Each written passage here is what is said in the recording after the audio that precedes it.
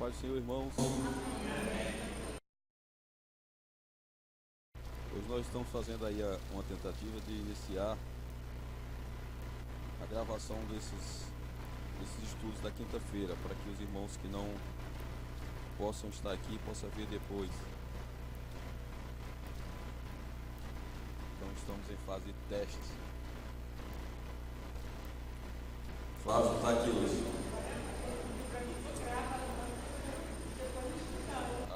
Vamos ver, se der certo ele já vai usar. Estudaram, meus irmãos?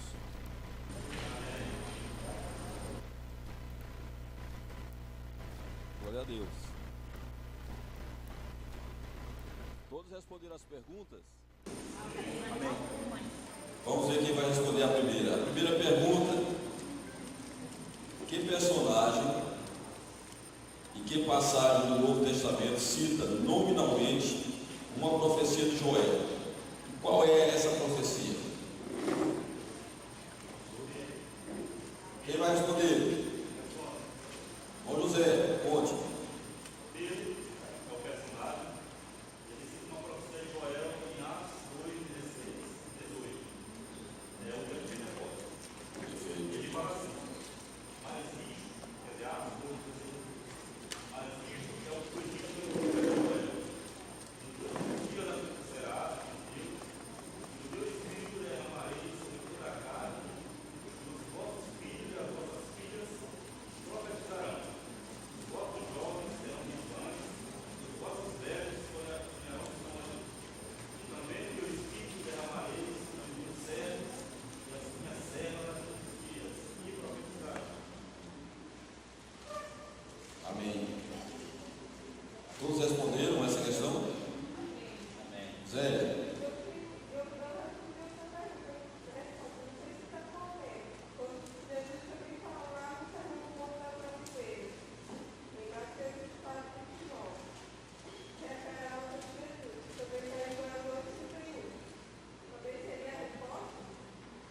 Também está certo, mas assim, a profecia mais conhecida de Joel é essa de Atos. Nesse evento do Pentecostes, que Pedro cita nominalmente Joel. Entendeu? Então, eu perguntei nominalmente exatamente porque Pedro cita o nome de Joel. Dizendo, isso aqui é o que falou o profeta Joel. Aí ele vai dizer e vai falar do cumprimento da profecia. Mas você está certo que Jesus também citou essa profecia de Joel. Questão 2. Quem vai responder a 2? Renata, a segunda questão diz assim: que agentes destruidores foram usados como um exército enviado por Deus para devastarem a terra?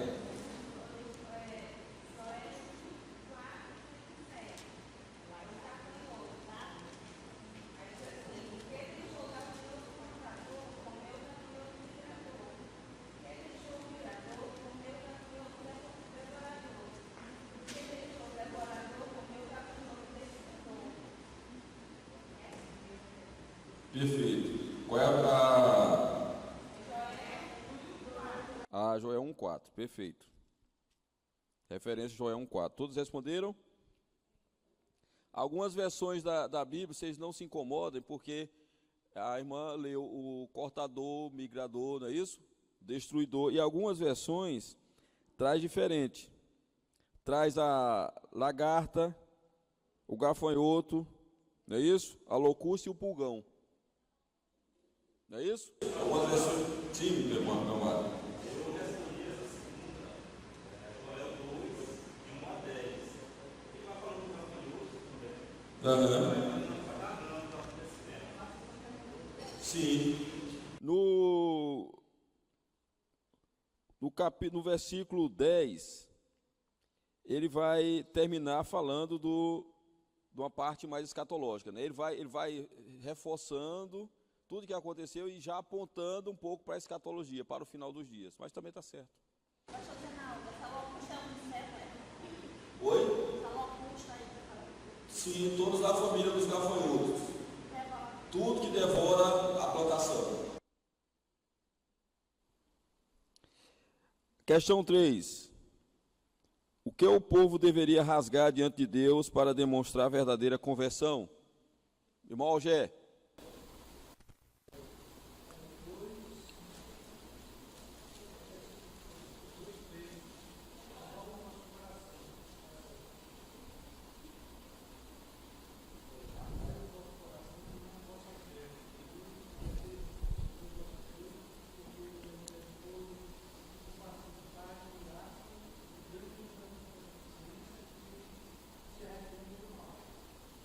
Ok, perfeito. Muito bem. Pergunta 4. Que povos foram citados nominalmente por Joel como aqueles que se levantaram contra o povo de Deus e quiseram vingança contra o Senhor? Quem vai responder essa? Irmã Giovana. Joel 3, 4. Sim. Que tem vós comigo, Tiro e Sidom, todos aqueles homens da Síria. É isso, vingança que tereis contra mim? Perfeito. Tereis vingar, farei sem demora, cair sobre a vossa cabeça, a vossa... Perfeito. Isso mesmo. Os povos de Tiro e Sidom. Ficava na região da antiga Fenícia. Exatamente. Questão 5. Em que lugar Deus reunirá as nações para fazer juízo no dia do Senhor?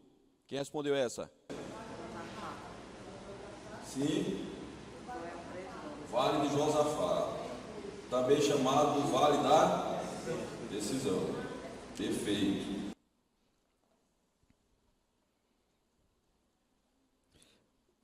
6. Que nações serão desoladas por terem praticado violência contra os judeus? Quem respondeu?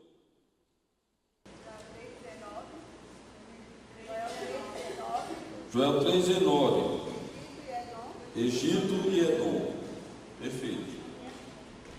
Então aí terminamos as perguntas da semana. Parabéns, vocês acertaram todas, nota 10. Bem, o livro de Joel. Profeta Joel, considerado um dos profetas menores. Vocês sabem qual é a diferença do profeta menor e o profeta maior? Os profetas grandes? Conteúdo, texto.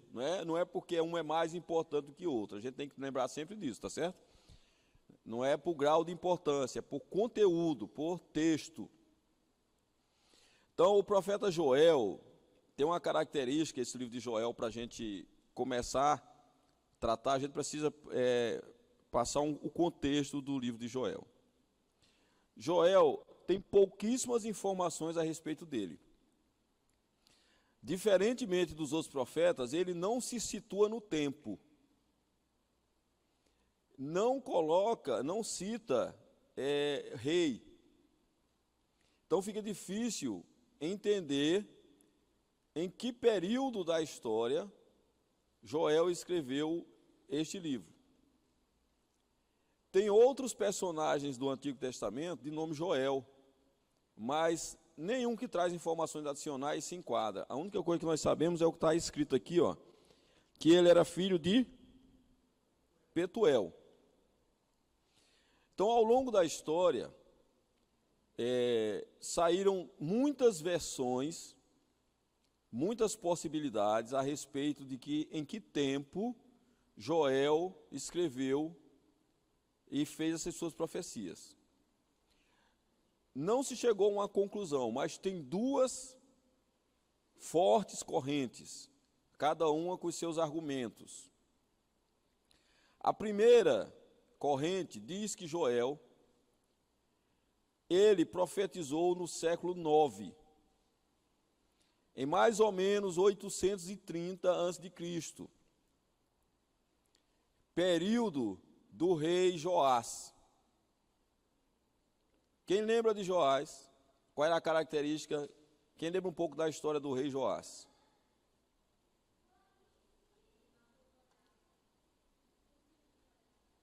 Exatamente.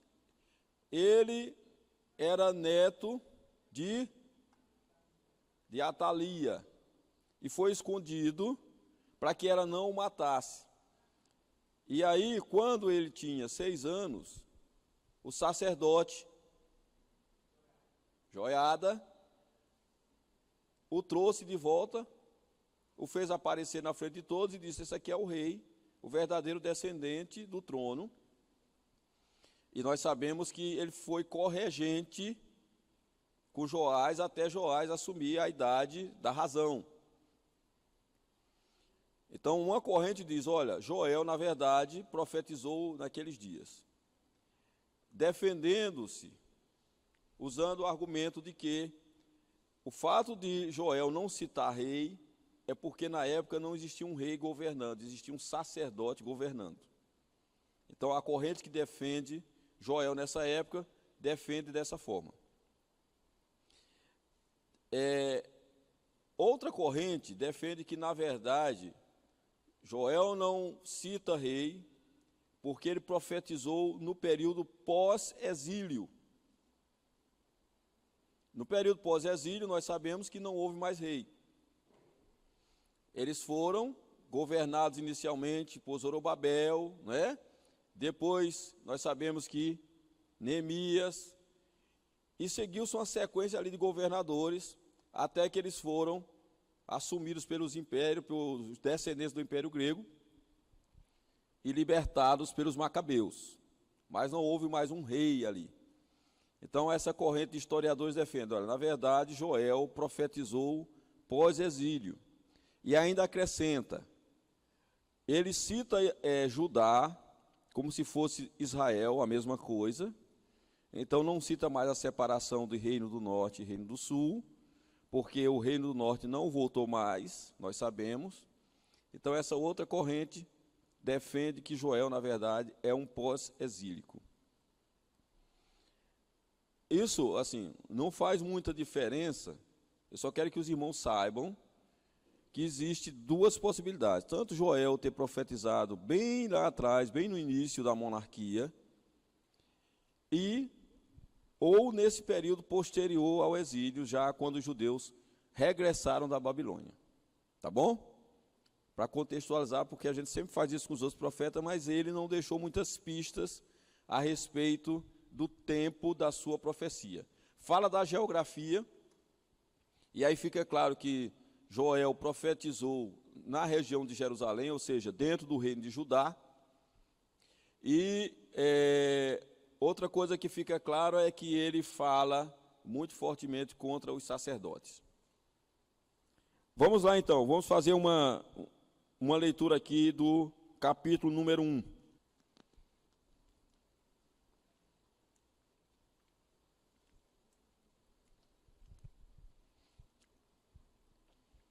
Palavra do Senhor que foi dirigida a Joel, filho de Petuel.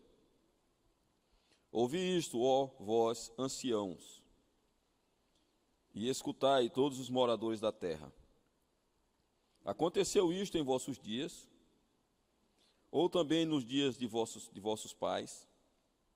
Essa pergunta, que parece uma pergunta simples, né? Até meio que retórica, mas tem um sentido. Joel está perguntando isso aos anciãos porque existia uma tradição dos judeus, principalmente, da região do Oriente Médio, mas principalmente dos judeus, de que as histórias eram contadas de pai para filho, de geração em geração. Então, isso era um costume dos judeus.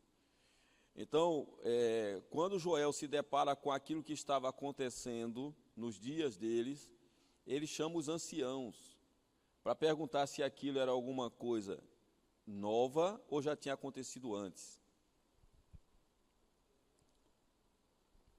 Versículo 3 diz assim: fazei sobre isto uma narração a vossos filhos, e vossos filhos a seus filhos, e os filhos destes a outra geração. Ou seja, conta adiante, passa adiante o que vocês estão vendo aqui. E aí vai trazer o versículo 4, que diz assim: o que ficou da lagarta ou cortador, comeu o gafanhoto migrador. E o que ficou do gafanhoto migrador, o comeu a locusta, ou o gafanhoto devorador. E o que ficou do gafanhoto devorador, ou locusta, o comeu o pulgão, ou o gafanhoto destruidor. que Joel está narrando aqui? Ele está narrando uma verdadeira destruição que esses insetos fizeram na plantação. Literal. Isso aqui é literal.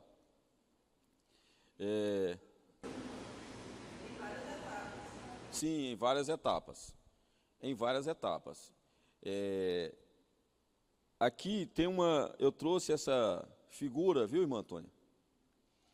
Porque traz uma representação de uma coisa que é típica naquela região. Quando os gafanhotos saem para devorar a terra em enxames. Isso não para nós assim, é um pouco estranho, porque isso não é muito comum aqui. Mas naquela região, e nesse tempo, era algo que acontecia com uma certa frequência. E não esqueçam que lá no Egito, uma das pragas foi a praga dos gafanhotos. Lembram disso? Pois é. Então, quando os gafanhotos saíam em enxames, assim, eram milhares deles, eles saíam devastando toda a plantação. E nós não podemos esquecer do contexto dessa época. O povo vivia da terra, da colheita, do que nascia, do fruto, das sementes.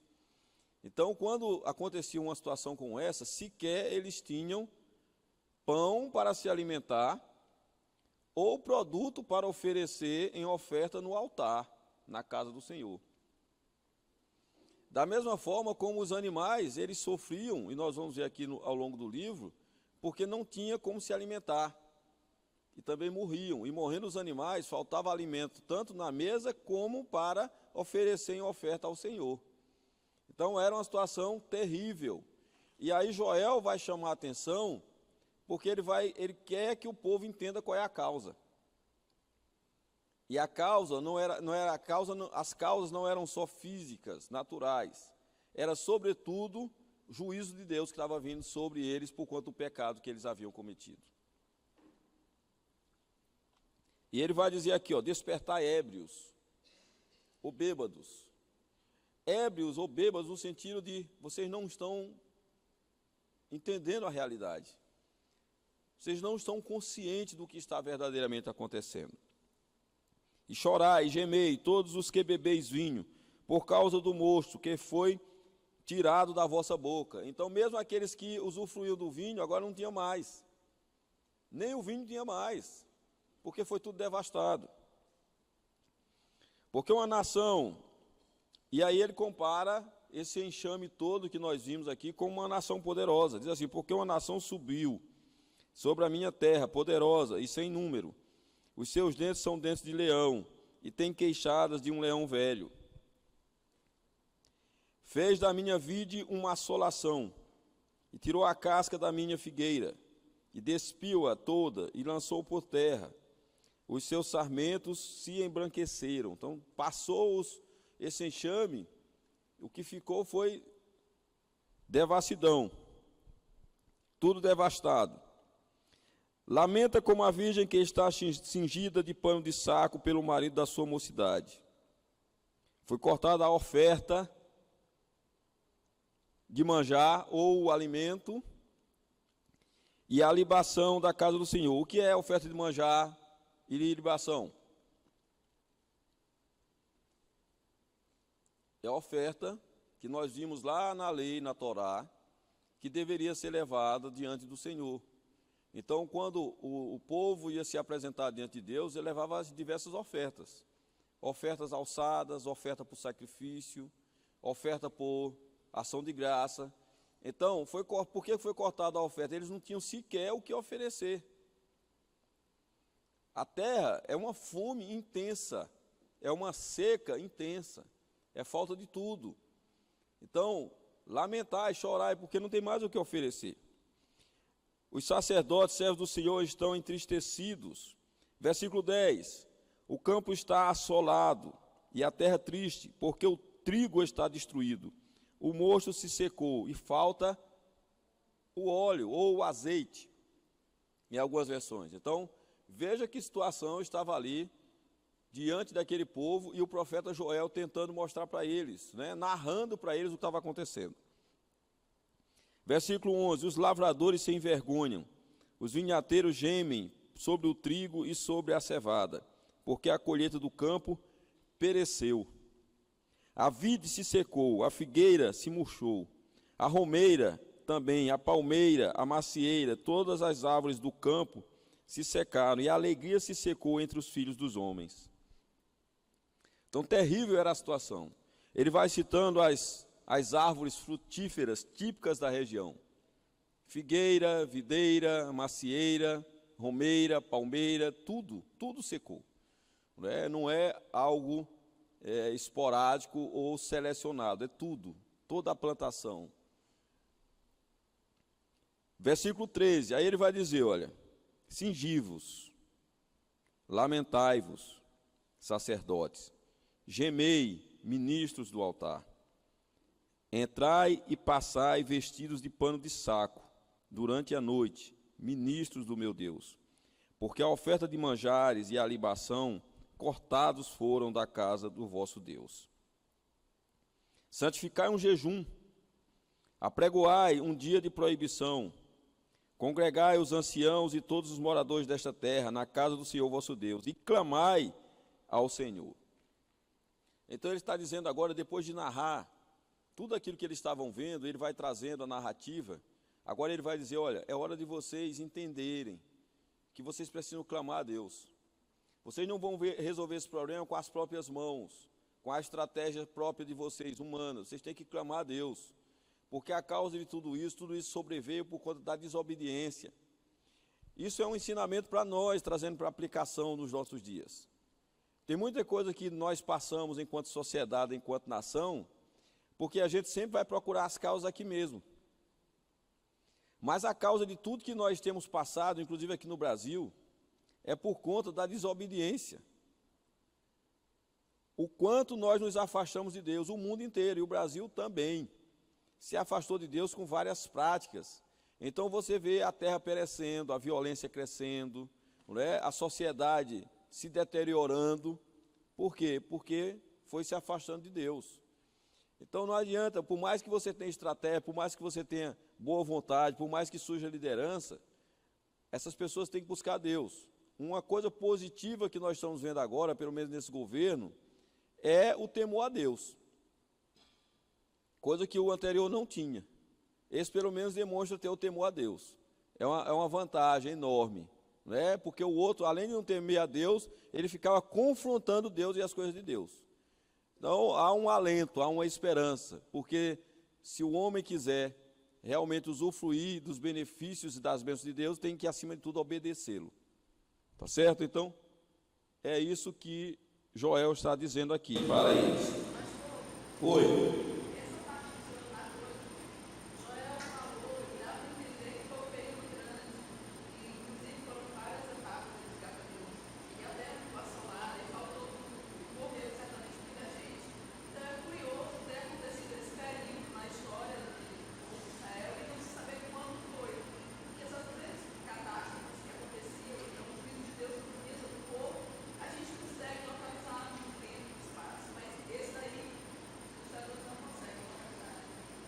Porque essa questão foi bastante discutida. Você vê, quando você pesquisa em livros, eles vão falar disso, por conta da frequência disso em Israel. Você tem sem números de vezes que Israel foi devastado por situações assim. Era meio que, sabe aquela questão típica na região, é como você fosse examinar uma seca no Nordeste. Então, em vários períodos da história se repetiu. Aí fica difícil, assim, não há elementos de convicção. Quem defende a linha dessa época diz assim, temos certeza disso. Quem defende a outra linha também temos certeza, mas o fato é que não há assim, algo que você possa dizer assim, olha, é nessa época por conta disso. Então é preferível deixar essas duas frentes abertas até que realmente saia outro argumento plausível para a gente poder tomar partido. Porque as duas linhas têm defesas interessantes a respeito. Versículo 14, diz assim, santificai um jejum, apregoai um dia de proibição, congregai os anciãos e todos os moradores desta terra, na casa do Senhor vosso Deus, e clamai ao Senhor. Aquele dia, porque o dia do Senhor está perto, e virá como uma assolação do Todo-Poderoso. Aí Joel já vai aqui colocar profecias escatológicas. Joel aqui já vai, o que é que ele vai fazer aqui? Ele vai tomar tudo aquilo que ele estava vendo, todo aquele juízo de Deus, e trazer para o povo, como que diz assim, ó, isso aqui é parte do que vai acontecer no final dos dias, quando o Senhor trouxer juízo sobre toda a terra, sobre todas as nações. Então aqui começa Joel falar um pouco, mesclando a realidade que ele estava vivendo com profecias a respeito do final dos tempos. E aquela citação de Pedro que eu coloquei para vocês pesquisarem, ela comprova exatamente isso. Porque Pedro vai falar ali a respeito de alguma coisa de que Joel tinha falado há muito tempo. Ou seja, mostra que Joel, quando estava profetizando e falando ali, ele não estava simplesmente narrando uma realidade de então. Ele estava narrando a realidade, mas apontando para o futuro. Amém, amados? Versículo 16, assim, porventura o mantimento não está cortado de diante dos nossos olhos? A alegria e o regozijo da casa do nosso Deus? A semente apodreceu debaixo dos seus torrões, os celeiros foram assolados, os armazéns derribados, porque se secou o trigo. Como geme o gado, ou seja, como geme os animais. As manadas de vacas estão confusas, porque não tem pasto. Também os rebanhos de ovelhas estão destruídos. Então os animais também começaram a perecer, porque não tinha como se alimentar. A ti, ó Senhor, clamo, porque o fogo consumiu os pastos do deserto, e a chama abrasou todas as árvores do campo. Também todos os animais do campo bramam a ti, porque os rios se secaram. Então veja, além dos gafanhotos, ainda teve os rios secando. Eles ficaram sem alternativa. Não tinha chuva, a plantação toda foi embora e os rios começaram a secar. Imagina a calamidade pela qual passou esse povo. E o fogo consumiu os pastos do deserto. Juntos até aí, irmãos?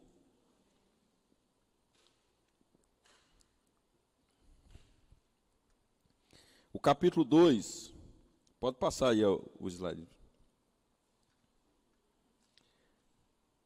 O capítulo 2 vai trazendo assim: tocai a buzina em Sião e clamai em alta voz no monte da minha santidade.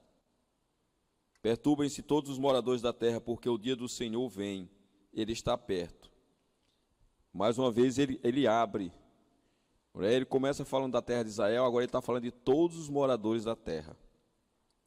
Dia de trevas e de tristeza, dias de nuvens e de trevas espessas, como a alva espalhada sobre os montes, povo grande e poderoso, qual desde o tempo antigo nunca houve, nem depois dele haverá pelos anos adiante, de geração em geração. Diante dele um fogo consome, e atrás dele uma chama abrasa. A terra diante dele é como o jardim do Éden. Então veja, antes de passar os gafanhotos ali, essa peste consumindo, a terra estava à frente como o jardim do Éden. Ou seja, o que é que nós podemos imaginar com essa analogia? Tudo verde, tudo florido, né? Tudo com frutos, e aí atrás deles o que fica? Aí ele vai dizer aqui, ó, mas atrás dele, eu estou no versículo 3, um desolado deserto, sim, nada lhe escapará. Versículo 4, o seu parecer é como o parecer de cavalos, e correrão como cavaleiros, como o estrondo de carros sobre os cumes dos montes. Irão eles saltando, como o ruído de chama de fogo, que consome a pragana, como um povo poderoso, ordenado para o combate. Vocês já ouviram o barulho, quem é do campo já ouviu o barulho quando a praga está consumindo as folhas das árvores? o meio gafanhoto, lagarta, essas pragas, o barulho é forte, você consegue ouvir. E se você tiver um enxame fazendo isso, você imagina quão esse barulho se multiplicou e como era, de certa forma, perturbador para o povo. Versículo 6 diz assim: diante dele temerão os povos, todos os rostos são como a tistadura da panela. Como valentes correrão, como homens de guerra subirão os muros. Irá como nos seus caminhos, e não se desviarão de sua fileira. Ou seja, era como um exército organizado, esse enxame. Ninguém apertará a seu irmão, irá cada um pelo seu carreiro. Sobre a mesma espada se arremessarão e não serão feridos. Ou seja, o povo começa a ficar tão atormentado que tenta acabar com a própria vida. Tem coisas parecidas quando a gente lê os livros escatológicos, né? Versículo 9. Versículo 10. Aliás, é o 9, né? Irão pela cidade, correrão pelos muros, subirão às casas, pelas janelas entrarão como o ladrão. Diante dele tremerá a terra, abalar-se-ão os céus, o sol e a lua se enegrecerão, e as estrelas retirarão o seu esplendor. Então, aqui no meio há uma profecia clara para o final dos tempos. Essa profecia ela é citada por Jesus, quando fala do final dos tempos, e é citada também depois lá em Apocalipse. Então, aponta realmente para o que vai acontecer nos últimos dias. Versículo 11: e o Senhor levanta a sua voz diante do seu exército, porque muitíssimos são os seus arraiais. Porque poderoso é, executando a sua palavra. Porque o dia do Senhor é grande e muito terrível. E quem o poderá sofrer? A gente vem anunciando, e a palavra de Deus vem sendo pregada há séculos, né, a respeito de um período de juízo. Nós, na igreja, somos privilegiados, porque está sendo anunciado para nós, e nós temos conhecimento, antes do povo que está afastado. Então, para nós, assim, é praticamente imperdoável a gente, mesmo sabendo, não estar preparado. Porque uma coisa é você ser pego numa situação como essa, desavisado por não conhecer. E as pessoas que estão no mundo hoje, por diversos motivos, por ignorância, por não querer, por motivos outros, não sabem de tudo isso, porque não conhecem a palavra. Nós conhecemos a palavra, ou deveríamos conhecer. Mas pelo menos a gente tem se repetido diversas vezes, as igrejas todas, eu não estou falando da igreja particular aqui, mas as igrejas têm pregado, a palavra de Deus está aí disponível, mostrando e apontando que terrível vai ser esse dia. Aquele período que está preparado, aquele período de 7 anos, especialmente os 3 anos e meio, que os profetas falaram, e Joel é mais um profeta a falar, é um dia que nós não devemos desejar estar aqui. Todo ser humano, todos nós, especialmente os cristãos, conhecedores da palavra, tem que se preparar para não estar aqui. Tem que se preparar para realmente partir com o Senhor, quando Ele vier arrebatar a sua igreja. Porque são dias terríveis, né? Todos os profetas repetem a mesma coisa, a mesma expressão. Dia terrível é aquele, né? O dia do Senhor.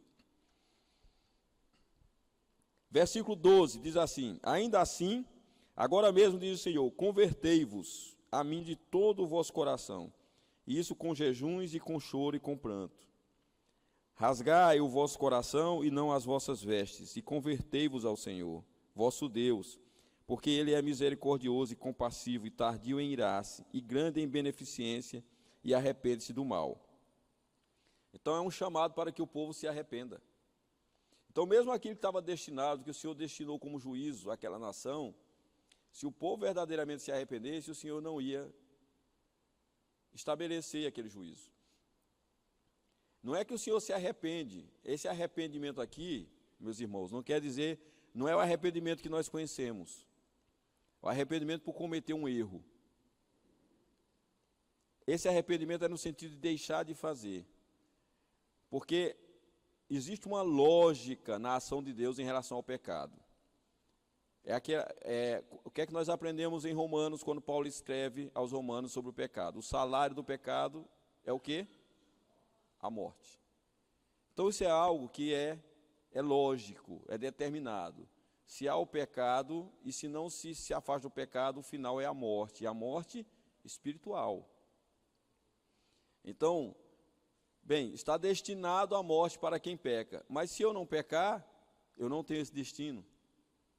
Tá certo? Então é nesse sentido que Joel está falando. Se o povo verdadeiramente se convertesse, se o povo buscasse a Deus, se arrependesse, aquele mal que estava previsto e que estava para acontecer, não aconteceria mais. É aquela situação que Jonas foi anunciar lá em Nínive. Lembra que ele não queria ir? Porque Jonas dizia assim, eu te conheço, Senhor, eu sei que se eu for e pregar e o povo se arrepender, não vai acontecer o mal, porque tu és misericordioso e eu vou ficar com a culpa, né? E sendo taxado de falso profeta. É isso que estava na cabeça de Jonas. Então, Joel está aqui, amando do Senhor, chamando o povo para o arrependimento. Versículo 14, quem sabe se voltará, e se arrependerá, e deixará após si uma bênção, em oferta de manjar e libação para o Senhor, vosso Deus. Tocai a buzina em Sião. O que é tocar a buzina? Quando é que tocava a buzina? Quando se tocava a buzina, era sinal de quê? Chamando ou alertando, né? Era sinal de alerta. Tocai a buzina em Sião, santificai um jejum, proclamai um dia de proibição. Congregai o povo, santificai a congregação, ajuntai os anciãos. Congregai os filhinhos e os que mamam. Saia o noivo da sua recâmara e a noiva do seu tálamo. Chorem os sacerdotes, ministros do Senhor.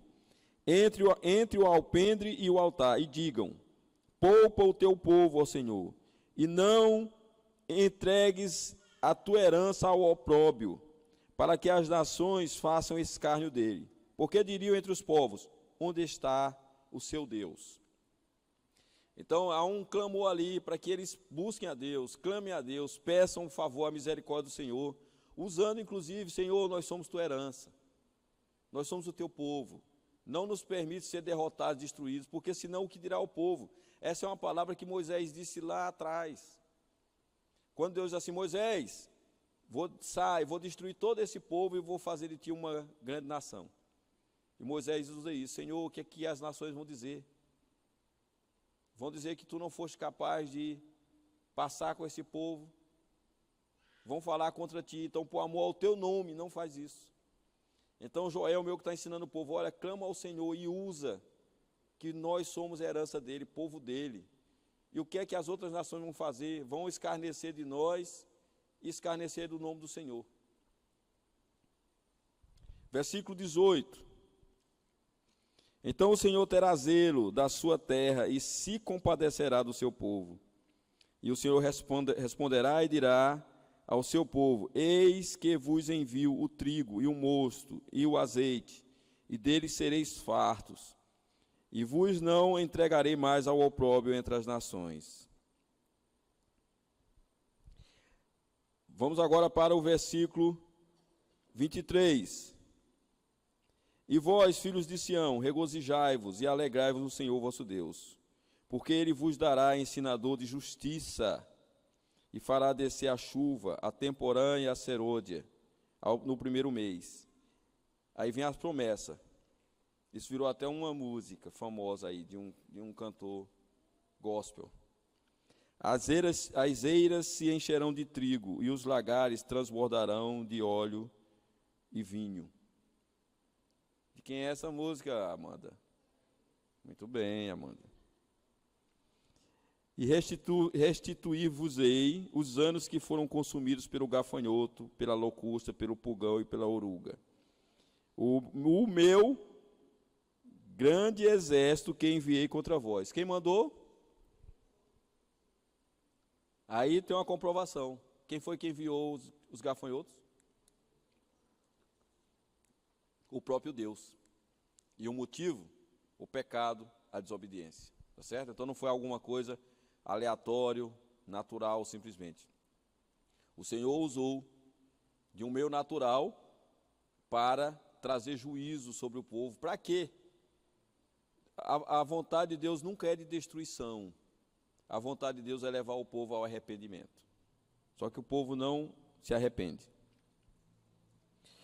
Versículo 26 diz assim: comereis fartamente e ficareis satisfeitos, e louvareis o nome do Senhor vosso Deus, que procedeu para convosco maravilhosamente, e o meu povo não será mais envergonhado. Vós sabereis que eu estou no meio de Israel, e que eu sou o Senhor vosso Deus, e ninguém mais, e o meu povo não será envergonhado para sempre. Versículo 28, é a grande promessa. E há de ser que depois derramarei o meu espírito sobre toda a carne. Essa é a grande promessa que Pedro citou. E vossos filhos e vossas filhas profetizarão, vossos velhos terão sonhos, e vossos jovens terão visões. E também sobre os servos e sobre as servas naqueles dias derramarei o meu espírito. Então, essa primeira parte da promessa, que fala principalmente do derramamento do Espírito Santo, se cumpriu em Pentecostes. E Pedro cita o cumprimento dessa profecia em Pentecostes. Mas ela não se cumpriu só ali. Agora você imagina a dificuldade de um profeta. O profeta estava vendo a realidade dele, e ele estava falando de uma escala no tempo, que para Deus não tem limite de tempo, nem cronologia, porque ele é de eternidade em eternidade. Então Joel fala de um período que era aquele período do Pentecostes, mas Joel também fala de um período que ainda não passou, não chegou, apesar de nós já estarmos há mais de 2000 anos daquele período lá do Pentecostes. Então você veja como é a escala do tempo nas profecias. Por que isso? Porque ele fala dessa questão do derramamento, mas ele vai dizer assim no versículo 30, e mostrarei prodígio no céu e na terra, sangue e fogo e colunas de fumaça. O sol se converterá em trevas e a lua em sangue, antes que venha o grande e terrível dia do Senhor. Os fenômenos já começam a aparecer, esses fenômenos da lua de sangue que nós temos visto. Aqui nós estamos falando certamente de eclipse solar e lunar. O sol e a lua, além de terem o seu papel de iluminar o sol durante o dia e a lua como o espelho do sol durante a noite, eles também servem de sinais para que nós venhamos determinadas estações climáticas e movimentos de Deus, relação de Deus com o povo.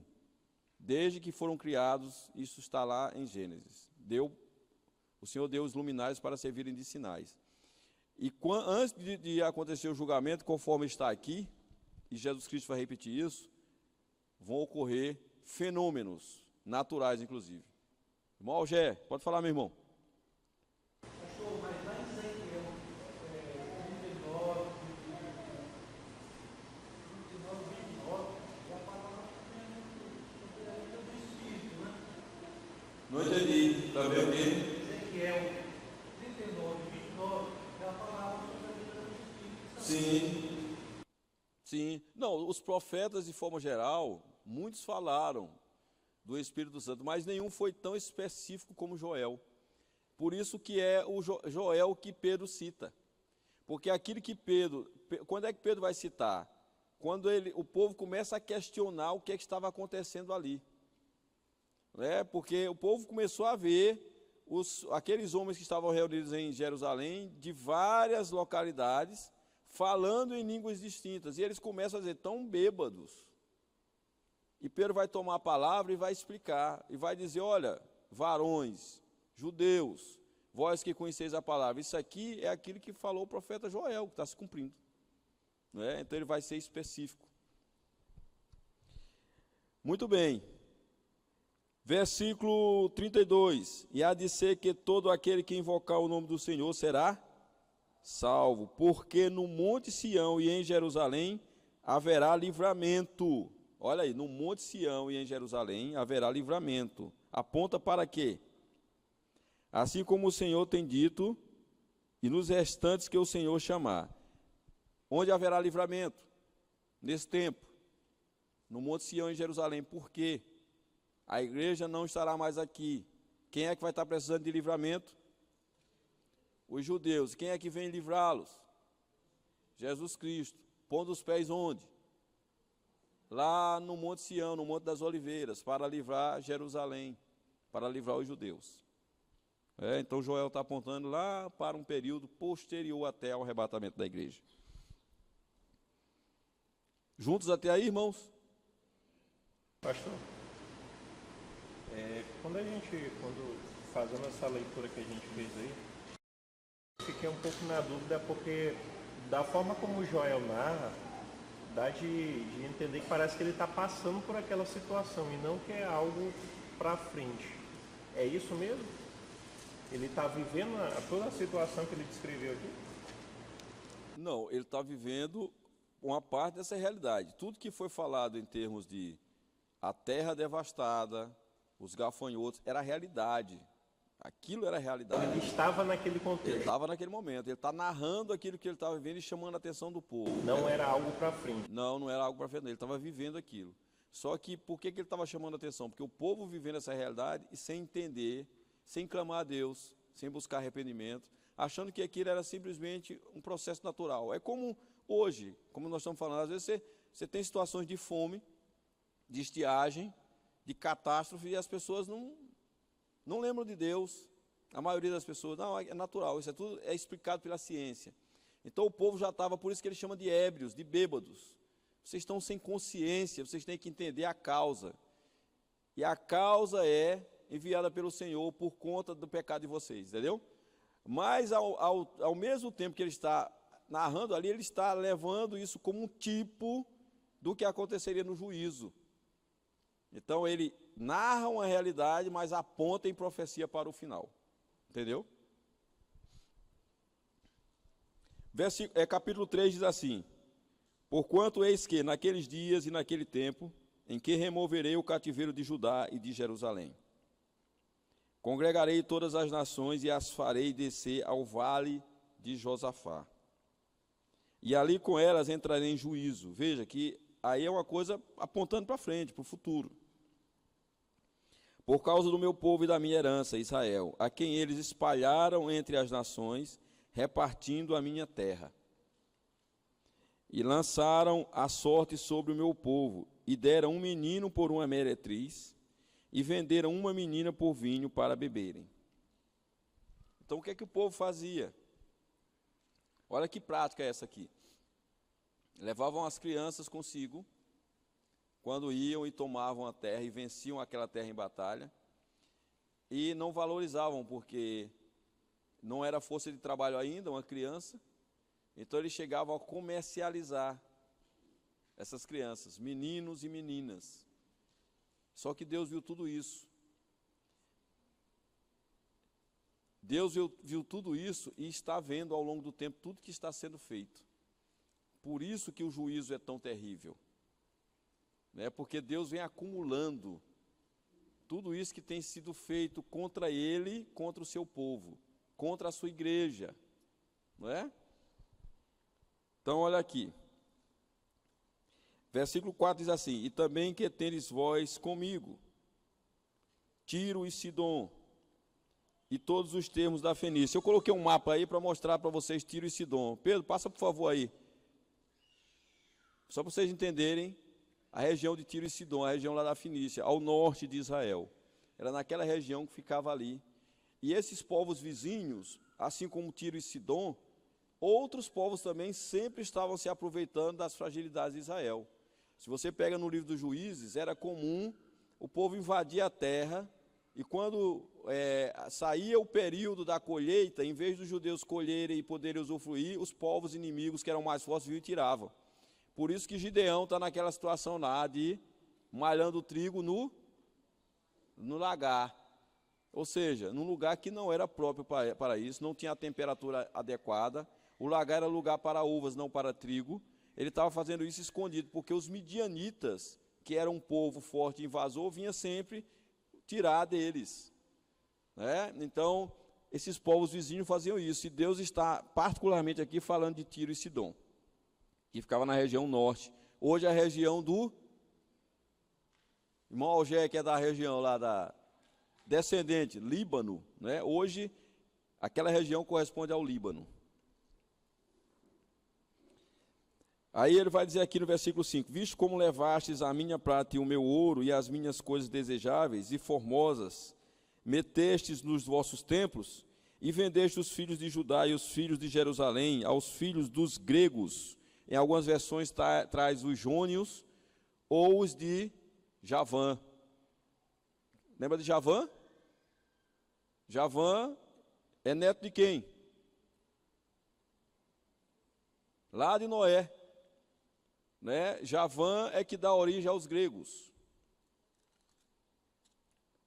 É aquela parte lá da genealogia, o capítulo 10 de Gênesis, que vai falar da origem das nações. Então, a partir dali, vocês veem mais ou menos os povos que surgiram. Os elamitas, tá certo? Aqueles que são dos semitas, e dos semitas vem todo aquele povo lá, os judeus, os babilônicos, tá certo? Os assírios, que vem de Assur. Versículo 7: eis que eu os moverei do lugar para onde os vendestes, e farei cair a vossa paga sobre a vossa própria cabeça.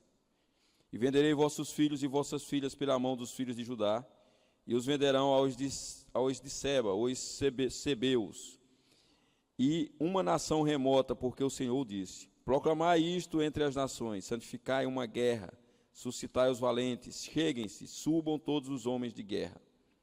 Forjai espadas das vossas enxadas, e lanças das vossas foices. Diga ao fraco: sou forte. Ajuntai-vos e vinde todos os povos em redor e congregai-vos. Ó Senhor, faze descer ali os teus fortes. Movam-se as nações e subam ao vale de Josafá, porque ali me assentarei para julgar todas as nações em redor. Lançai a foice, porque já está madura a seara. Vinde, descei, porque o lagar está cheio, os vasos dos lagares transbordam, porquanto a sua malícia é grande. Multidões, multidões no vale da decisão, porque o dia do Senhor está perto, no vale da decisão.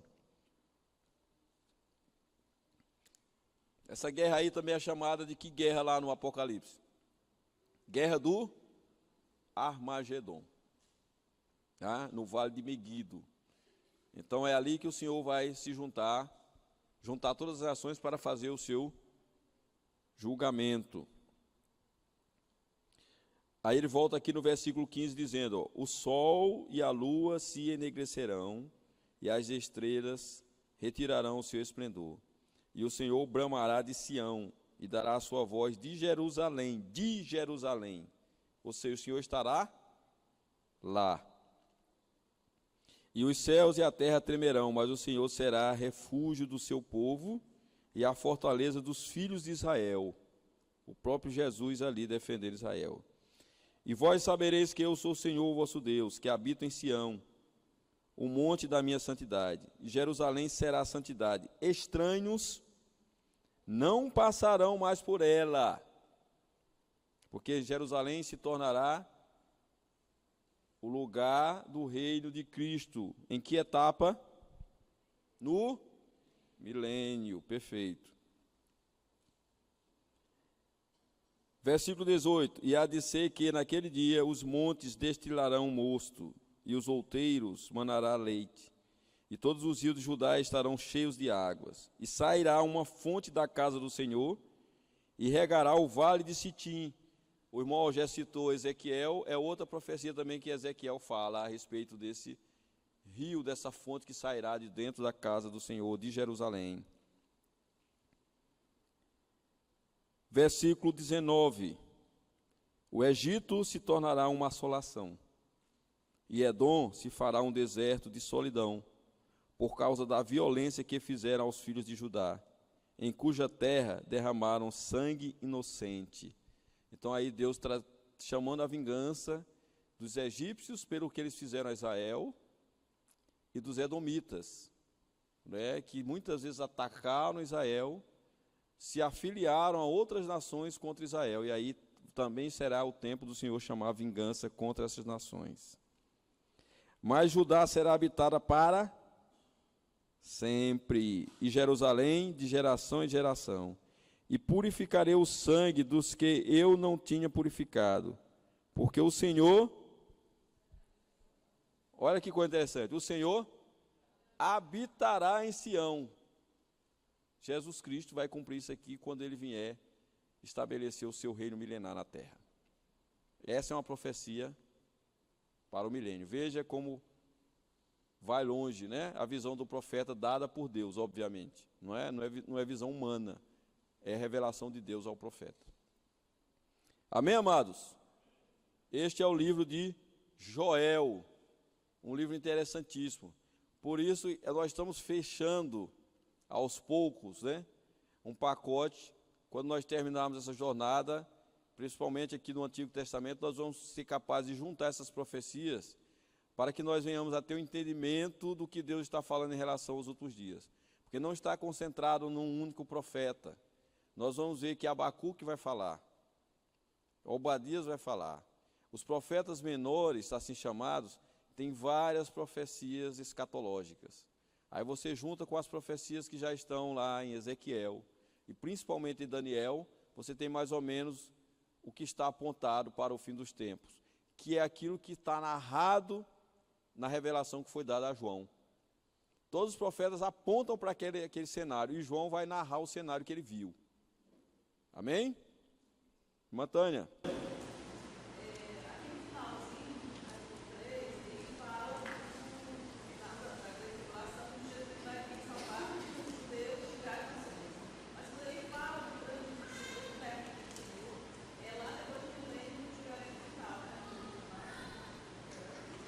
Não.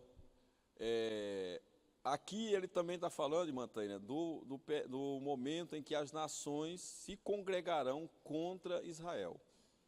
Porque no Vale de Josafá ali, no Vale do Armagedon, é onde as nações tentarão entrar em Israel. E até entrarão. Até entrarão.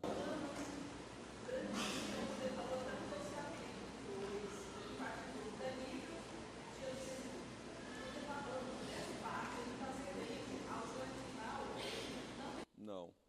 Ele está falando desse dia em que o Senhor se levantará para julgar as nações ali no Armagedon. No final da grande tribulação, exatamente.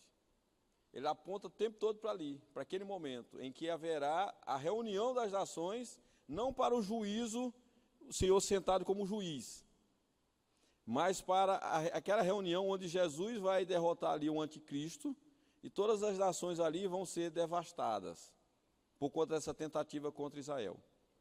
E aí o Senhor vai estabelecer ali o povo que entrará no milênio com ele e o povo que estará indo para a condenação, que se concretizará, e você tem razão, quando houver o juízo de Deus no final, porque o juízo de Deus mesmo, o tribunal de Deus só é montado depois do milênio, quando houver a ressurreição daqueles que não foram da primeira ressurreição, que é quando houver o arrebatamento.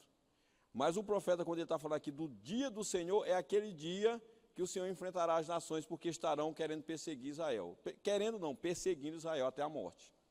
É nesse sentido. Quem?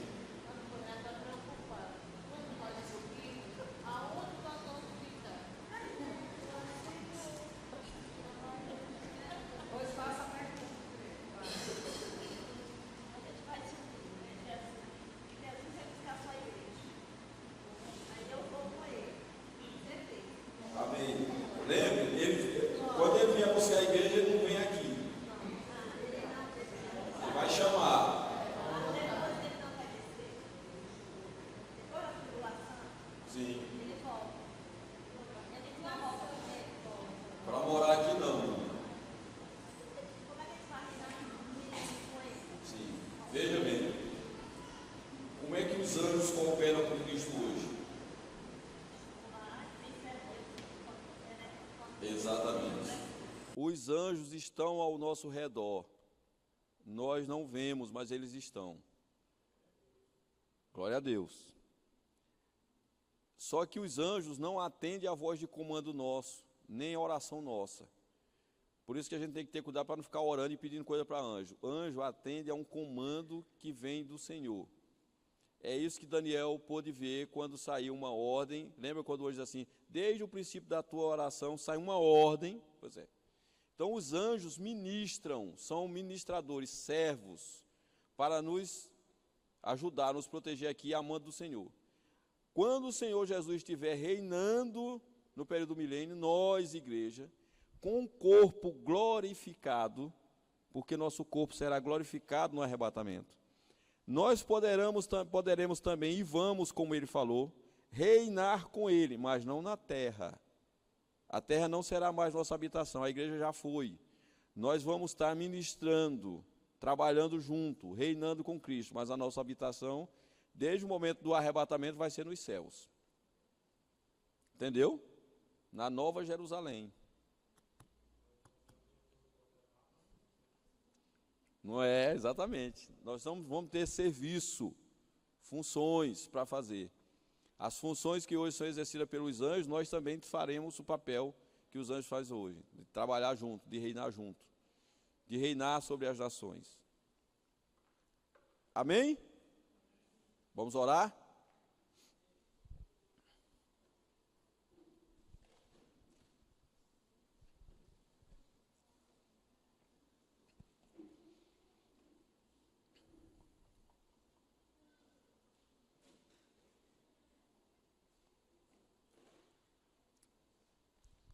Oremos ao Senhor.